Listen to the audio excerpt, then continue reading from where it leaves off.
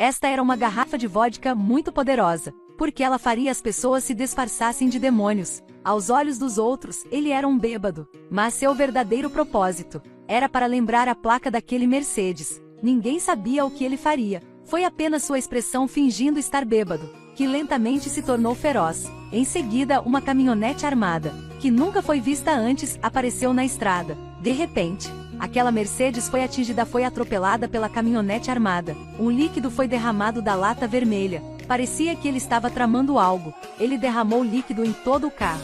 Aconteceu que era gasolina. A gasolina escorria e molhava seus sapatos. Ele ligou o isqueiro e jogou-o no carro. Em um piscar de olhos, o carro pegou fogo imediatamente. Mas você certamente não pode acreditar que ele foi direto para o fogo. Ele segurou a arma em uma mão e abriu a porta do carro na outra. Ele disparou 2 tiros, e o motorista morreu no local. Todas as operações foram realizadas com extrema suavidade. Então, ele apontou a arma para o homem e perguntou quem era o assassino que invadiu sua casa naquele dia. Depois de perguntar, ele atirou no homem no pulmão. Ele então disse a ele que, naquela noite, sua esposa, que estava grávida de 8 meses, morreu em uma poça de sangue, por ter levado um tiro no pulmão assim. O homem no momento da morte disse o nome do assassino. Era Victor. Depois de causar isso, ele foi levado para a prisão. Mas também era inútil. John logo perdeu toda a razão, e continuou se referindo a isso como suas regras. Em seguida, ele foi levado pela CIA para dentro. Continuou dando pequenos passos. Ambas as mãos também estavam algemadas.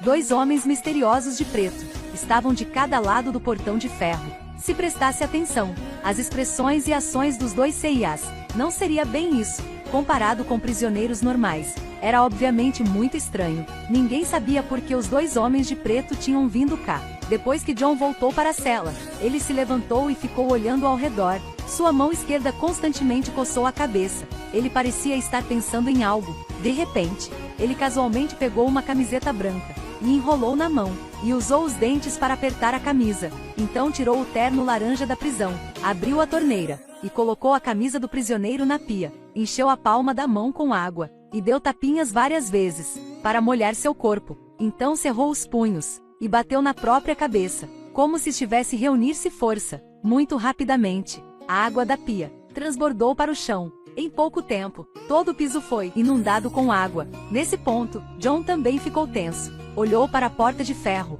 De repente, um grupo de guardas com escudos irrompeu. Então John lutou contra eles sozinho. No momento, o chão estava todo cheio de água. Os guardas da prisão não conseguiam ficar de pé. Foram rapidamente derrotados por ele. John estrangulou um deles para intimidar as pessoas na porta e pedir que fechassem a porta. Então, os guardas começaram a vir para ajudar. Talvez ele não conseguisse escapar. Enquanto pensavam que John certamente morreria desta vez, a polícia trouxe um monte de gente.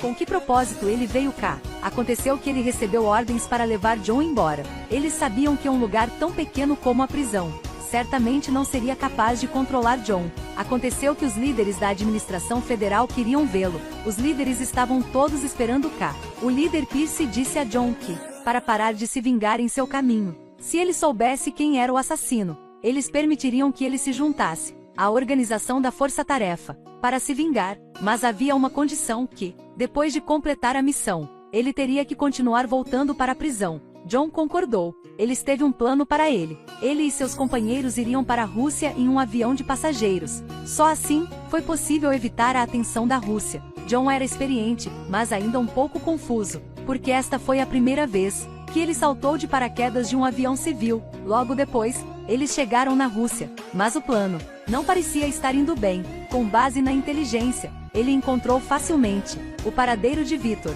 Esperando até a noite, ele entraria em ação imediatamente. Mas o que John não conseguia imaginar era que Victor estava esperando por ele havia tanto tempo.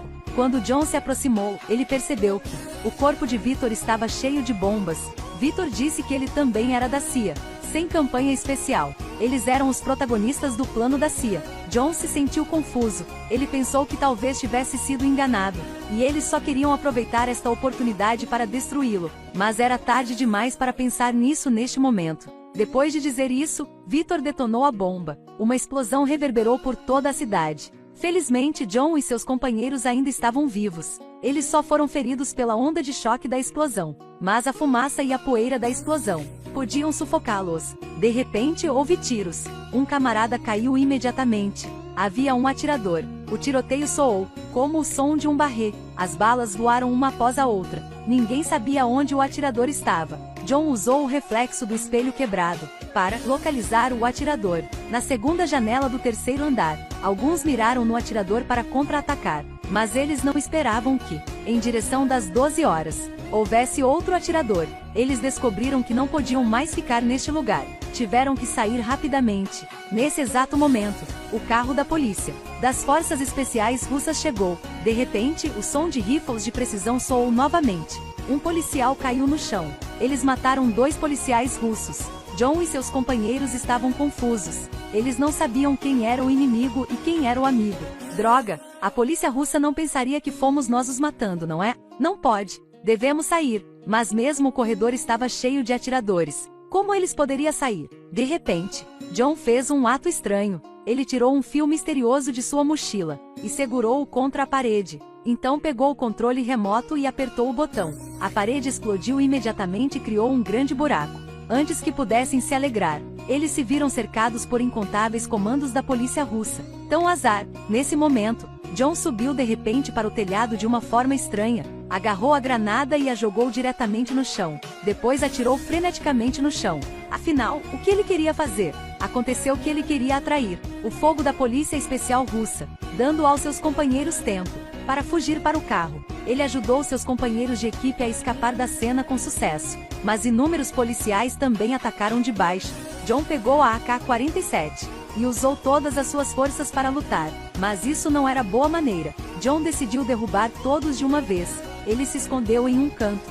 John tirou todas as granadas de seu bolso e despejou todos os explosivos em sua mochila. Em seguida, jogou-a fora e atirou na mochila com a arma. A casa inteira foi imediatamente explodida. Na casa vieram os gritos incessantes da polícia russa. John imediatamente pegou o uniforme da polícia russa e o vestiu para sair. Em seguida, dirigiu rapidamente saindo do local. Mas ele não esperava que seus companheiros ainda não saíssem, e estavam sempre esperando por ele para sair. Eles imediatamente embarcaram no navio e voltaram para Washington. Em outro lugar, depois de ouvir a notícia da morte de John, o líder Pierce estava tendo um jantar tranquilo. Mas logo depois, Pierce encontrou John no banheiro.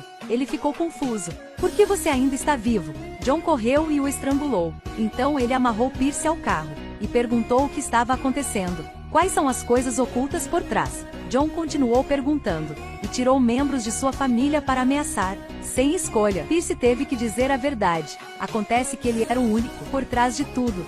Seu objetivo era provocar o conflito entre os 2 países para iniciar uma guerra. Por um lado, todos poderiam trabalhar juntos para fortalecer a solidariedade. Por outro lado, ele também teria grandes lucros com o comércio de armas. Este motivo mítico tornou John inaceitável. Ele pensou em sua esposa grávida assassinada, e em camaradas quase mortos na Rússia. John estava muito zangado neste momento. Ele imediatamente girou o volante e dirigiu pela ponte. John testemunhou todo o processo de morte de Pierce, porque só então, o coração zangado de John podia ser apaziguado. A esposa morta e pessoas inocentes mortos podiam descansar em paz. No final do filme, John, com a ajuda de seus companheiros de equipe, ganhou uma nova identidade, e no público, declaram que John morreu na Rússia. O justo finalmente vingou, e voltou para a liberdade. O vídeo chega ao fim.